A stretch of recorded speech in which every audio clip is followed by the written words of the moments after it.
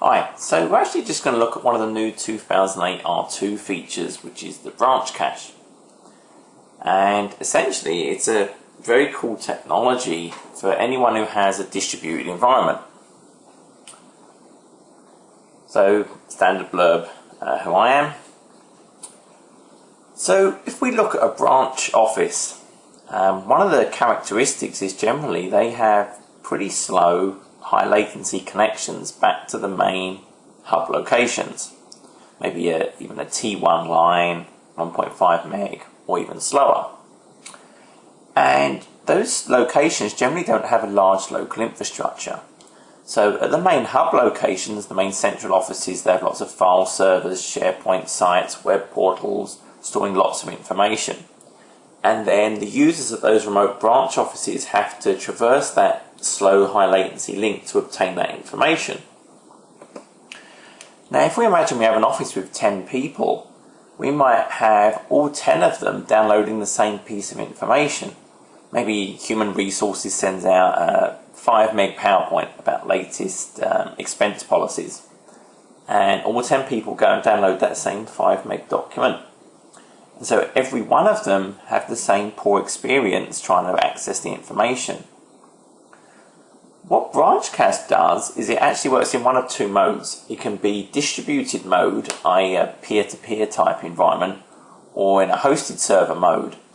And essentially, once one person has downloaded that information, the information is then available to everyone else at that location by accessing a cache that either the user who downloaded it maintains, or if we have a hosted cache model, it gets sent to a local server at that location, and we set a certain amount of disk space to use for this cache. And the cool thing is, this isn't just SMB, so i.e. file copying traffic. This also works over HTTP, including SharePoint. And once it's cached either on a hosted server or on a distributed cache, i.e. user's local machine, any other computer can then access it. Now, one of the things that always comes up is, well, how do we make sure we're not getting aged information? So user A downloaded it from the server, and then that data changed on the server. I don't want user B to get a copy from that local cache that's out of date. So we actually have a hash value for every file that's available via branch cache that is guaranteed to be mathematically unique. So if the content of the file changed, the hash value would change. And it's using the hashes that users actually request copies of the data. And it actually goes even further than that. One file may be broken down into multiple chunks of data. Each chunk has its own hash value. So if a very large file changed, but only part of the file changed, maybe only one or two of the hashes for all the different components would be modified. So if someone previously cached that very large file, most of the cache they have may still be valid, and only a few portions of that file would have to be re-downloaded that have a new hash value. So this is easier to actually just see in pictures.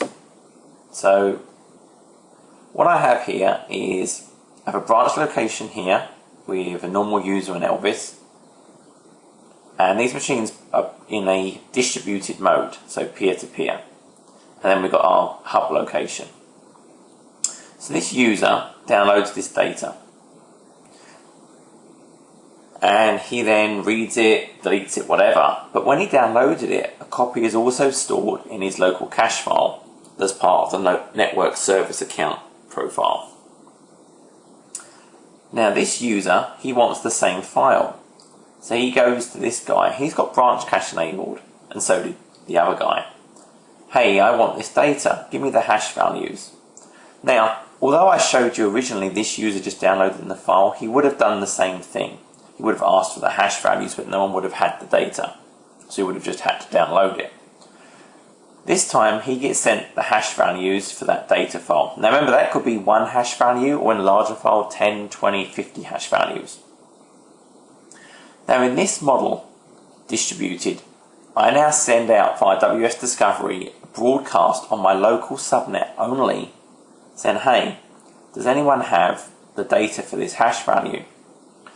This guy says yes, I have it, and so he sends me a copy of the data from his cache. So as you can see, whereas this guy on the left originally had, maybe it took a couple of minutes to download this file, the only communication I had on the right, I don't look anything like this, I almost know how, is I had to download the hash values, so a very, very small amount of data traversed this network, then I obtained it all locally. But this does only work on a single subnet. If I have an office that has multiple subnets, this will only work within each of those subnets, in which case hosted cache may be a better option. So in hosted cache it works the same way. Originally I want to access the data, no one has it, so I have to pull it down. I then give it to the hosted cache server to store in his cache. Now when I want to copy this data, I again get the hash values for that data, pull it down, and now instead of sending out a broadcast, I directly ask the hosted cache server, hey, do you have this data? He does, and he gives it to me. So the advantage of this model is A, it's a dedicated infrastructure, so he may have a larger disk space allocated just to this cache. The other advantage is I configure this server directly with the client. So there's no broadcasting, and as I say, this will work for an entire office, even across subnets, because they're directly accessing this guy.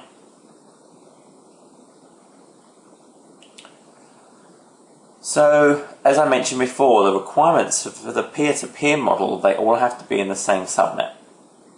That's not a requirement for hosted cache. You can only have one hosted cache per cert for branch, i.e. I can't put 2 or 3 different hosted cache servers at the location and make them all chain together and query each other for data. It doesn't work that way. This is very much a second level cache. As we see, offline files is the first level of cache. It's not designed to work in a hierarchy or anything else. So you can only have one of these guys per branch. It's currently only for Windows 7 and Windows 2008 R2. And as you noticed, I have to get those hash values from the original server, which means I still have to have connectivity to that main server. If the network link is actually down, BranchCache won't function. If I can't get the hash, I can't query for the data. So if you want resiliency against connectivity failure, you need to be looking at data replicas instead, i.e. distributed file system replication, DFSR. So what is cached? Any file that has a hash can be cached on the client. When the cache is full on the client, because by default we allocate 5% of the disk space, it will delete the least recently accessed item. So it's not first in, first out, it's least recently accessed is deleted first. Now obviously there's an amount of communication and work involved in using BranchCache. I have to go over the link, request the hash value, get it back, send out broadcasts. And so if the data is less than 64K in size, it doesn't bother to use BranchCache. There's no point. I might as well just obtain it from the source. It's really designed for slow changing files. If you imagine you have data that's constantly changing rapidly and the hash never gets used because it's always changed, it's not worth enabling that data for BranchCache. Hashing is pretty granular. It's configured on a per share level basis on the server, and I'll show you this in a second. And for web content, we basically use a script to generate hashes on the data we want to be cacheable by BranchCache as a hash gen command. And finally, we don't care about transport. We don't care about IPsec, HTTPS, any encryption that's going on, because we're basically hashing it once it gets to the client and caching it. There are some technologies, for example, appliances that try and cache data at an office, but they can't look inside the encrypted stream. That encrypted stream would differ every time it's downloaded, so they won't work for certain types of encrypted data. BranchCache will work irrespective of the transport. So that's enough about the theory side of things. Now let's actually jump in. Okay, so actually demoing the BranchCache, there's a number of configuration steps we need to take. They're not actually that complicated, And the good thing is we can actually do all of it through group policy. So I'm actually on my domain controller here, who's also my file server. And I actually created a group policy object that does both the server and the client configuration. Now, there's two sides to the configuration. The first is we actually have to tell our servers to create the hashes for the files that we want to be able to use for the branch cache. Now again, in this demo, I'm actually going to do the distributed cache, i.e. the clients broadcast to each other, hey, does anyone have this file? So I'm going to configure it that way around. But this step is the same regardless, telling the servers to create hashes for the files. So I'm actually going to come down here, computer, configuration, policies, administrative templates, network, and then the LAN server. You can see here we have this hash publication for branch cache. And I've enabled this setting, and we have different options here. So essentially I've told it to allow the hash only for folders on which branch cache is enabled, which is actually makes a lot of sense to do that configuration. You can say don't create any hashes for shared folders, or do it for all the shared folders. So even shared folders, this is saying that have not actually been enabled for branch cache, still create the hashes for. Now, you can manually create the hashes if you want to outside of this, but this may be useful maybe if you were actually sending out traffic not via the share, maybe via IIS, for example, and you actually wanted to just get those hashes created automatically. But there's a hash gen command to actually go and create the hashes. So I've actually done allow it for folders that are actually being configured for branch cache, and that's set to enabled. The next thing we actually need to do is actually configure the clients to actually use branch cache. So this time we're actually in the same area, same under network. This time we have branch cache. There's a number of different settings we can actually use here. So the first one is to actually turn on branch cache, and that's just set to enabled. And again, great thing with group policy now, lots of information around how we do what these commands actually do. I think we need to ignore this, at least Windows Vista. There are talk about they'll backport some of this functionality to Vista, but today this is Windows 7 only. We can then say I want to use distributed cache mode, i.e. I don't have some hosted server at each branch location that the users will specifically go to. I'm using distributed cache. If I was using hosted cache, obviously I would set this policy to enabled and then enter the name of the server that is hosting that cache. Now obviously if we were doing this at different branch locations, we would actually have to have different group policy objects and maybe define them at a site level or some other structure. Maybe at an OU, we have an OU for each location, and we would apply a different group policy object at each locations so they each point to the right hosted cache server. So this actually says enable it for the network files. So I want to use this for SMB, and you set the latency. So this is saying I'm only going to use branch cache if the latency is below this value. Now I've set it to 0, so it will use branch cache for everything. You're probably not going to want to do this. Typically this is 80 milliseconds. So only if that WAN link speed is above 80 milliseconds of latency will I use branch cache. Otherwise I'll just download it directly from the server. So this is actually how you configure when should I use the branch cache, when should I cache these files, and when should I try and reach out to the distributed or the hosted to find that file. So that's it for the branch cache. The other thing you can do is obviously set the amount of disk space to set aside for the caching. Let's leave it at default. But the only other thing you do need to do is on the client side, we do actually need some firewall ports open. A lot of this communication is coming over HTTP, and that's the same for if it's distributed cache or the hosted cache. That's how it's actually sending this traffic. So we need to actually make sure we've enabled that. So again, under computer configuration, we'll actually go to Windows settings, security, Windows firewall, and under the inbound, I've actually created two rules. So the first is, I call it HTTP, and the thing you care about is it's TCP, is the protocol type, and it's port 80. And as far as the scope, all addresses in the network. Then the WS discovery is how the computers actually, it's only for distributed cache you need to do this one, because this is how the computers basically broadcast and find each other, what subnet am I on, etc. And this one is a UDP rule, so this time it's UDP instead of TCP, and it's port 3702. Now again, I don't have to use group policy for this, but it just makes a lot more sense than trying to manually do it.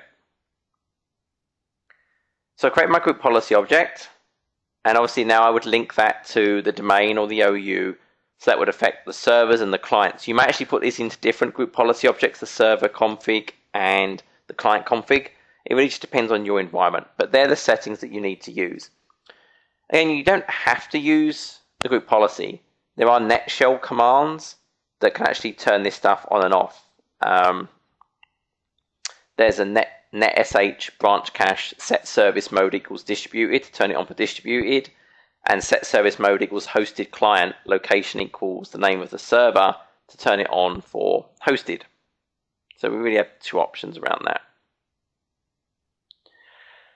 The only other thing I actually have to do here is, apologies, on the share itself. So when I look at the properties of the share under advanced, where I've got caching, specify files that are available offline, and enable branch cache. So this now means for those shares that I'm on this server, for this share in particular, I've enabled branch cache, so it will create the hash values. The other thing you can do, there is a hashgen command, so you can actually create the hashes manually. Oh, sorry.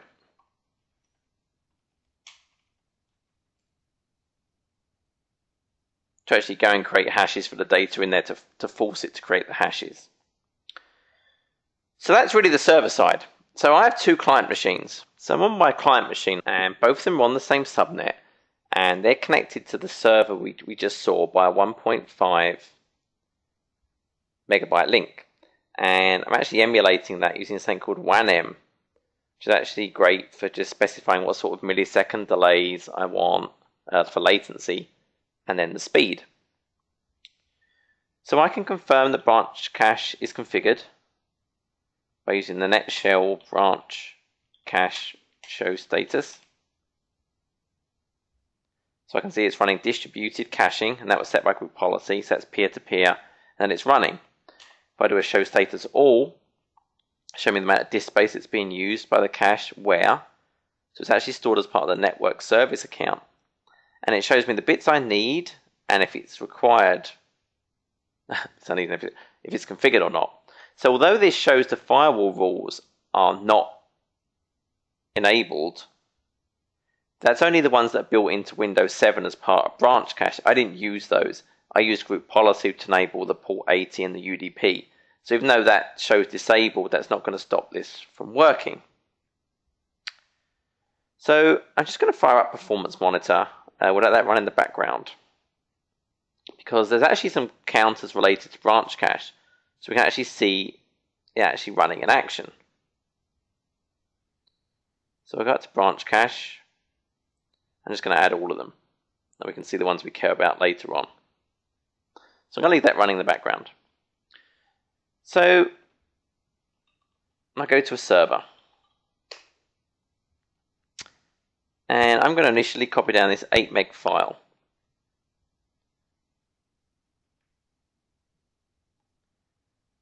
Now, so this is the end user experience.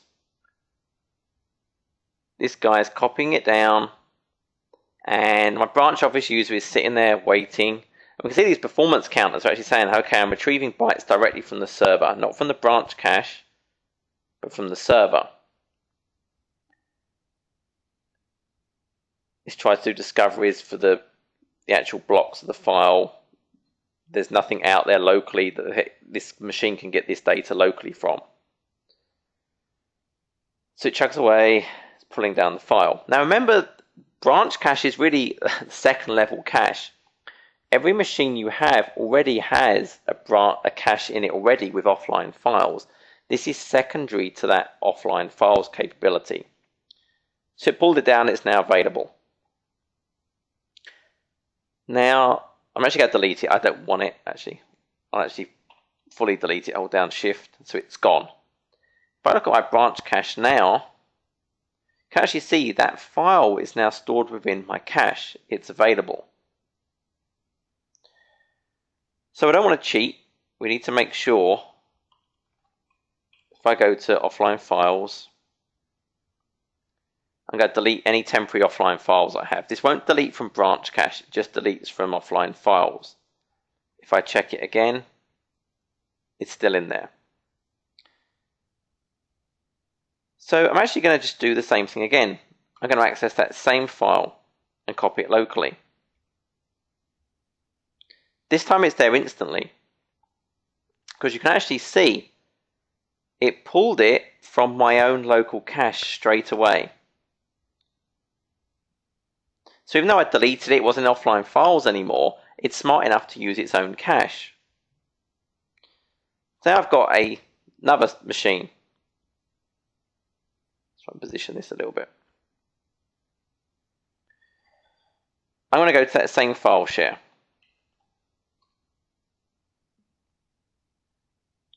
And I want that file as well. I already took one of them earlier. Let's delete that quick. And I get it instantly. So it's just there. And this actually, now you can see in my performance counters on this box, you actually saw I pulled 8 megs from the cache. 8 megs from the cache. How fast that discovery was. I attempted one discovery, and one of them was successful. If I go and look on the other box, you'll actually now see it's actually serving that up to that other box. This is showing that branch cache in action. And we can see it works both ways. So now I'm going to try and access a different file. So file 5. Actually, let's do file 4.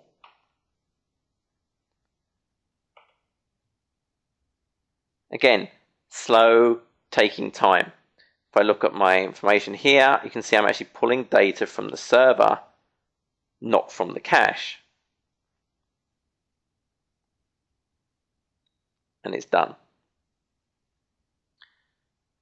Back over on my other box, if I try and access that same file, so I'm just going to double click it this time. It's open. If I look at my performance monitor, now you can actually see, hey, there's 2 megs was taken from cache. And if I look at my other box, you can see it actually served that data to my other client. So that's the great thing about branch cache. I mean, the configuration was very simple and it just works. Now, if you see problems, there's a few things to consider. So obviously, we configured a latency in that group policy object that the link had to be slower than before it would cache. So try lowering the latency in the group policy if you think maybe the link's faster than you want it to be.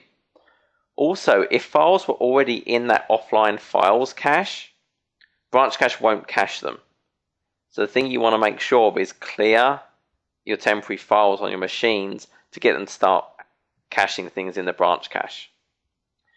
Make sure on the server side those hashes are generated on the files you want to see. And obviously just make sure that branch cache service is running. But that's essentially it. I mean, that's branch cache in a nutshell. Again, we can always go and show our stats, see the amount of data we have in our branch cache on our other guy.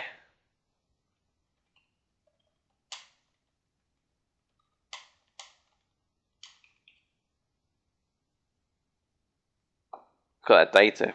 So it's just all available to serve up. Appreciate your time. Hope that was useful.